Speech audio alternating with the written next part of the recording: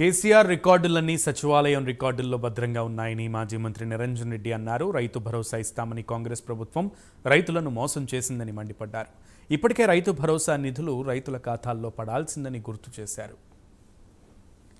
దాని అనుబంధం మొత్తం భూమి శిస్తాయి, పంటలు పండితే అది దేశ సౌభాగ్యానికి దోహదపడుతుంది, పచ్చదనం పెరుగుతుంది, ఉపాధి వస్తుంది, వ్యవసాయ అనుబంధ రంగాలలో పని పెరుగుతుంది, దాని అనుబంధ పరిశ్రమలు పెరుగుతాయి. ఈ రకంగా ఒక సైక్లిక్ ప్రాసెస్లో విపరీతమైన హ్యూమన్ యాక్టివిటీ పెరుగుతుంది.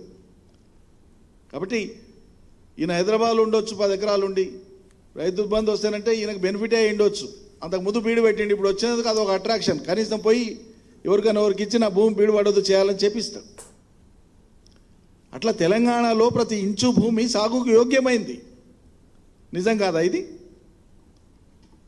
ఈ దేశ సౌభాగ్యాన్ని పెంచేది కాదా, దోహదపడేది కాదా? మీకు ఆ తాత్వికత అర్థం కాదు, దాని పునాది అర్థం కాదు, ఎందుకు ఇస్తున్నామో తెలియదు. రైతుల్ని మోసపుచ్చి ఆశ చూపించి ఆచరణ సాధ్యం కాని విధంగా రాష్ట్ర రైతాంగం మొత్తం 3 పంటలు వేస్తారానండి? 2 పంటలు కదా పండేది. ఎవరో అరాకోరా కొద్ది మంది కూరగాయలు గిరాయలు వేసుకునే వాళ్ళు 3వ పంట వేసిన వాళ్ళు చాలా తక్కువ మంది ఉంటారు. చాలా చాలా నెగ్లిజిబుల్ సంఖ్య అది 3వ పంట అనేది. ఈ సిపాయి ఏం మాట్లాడిండు? సన్నాసి 3 పంటలు పండిస్తాను, నువ్వు 2 పంటలకు ఇస్తే 3వ పంటకు ఎవరు ఇవ్వాలని మాట్లాడి.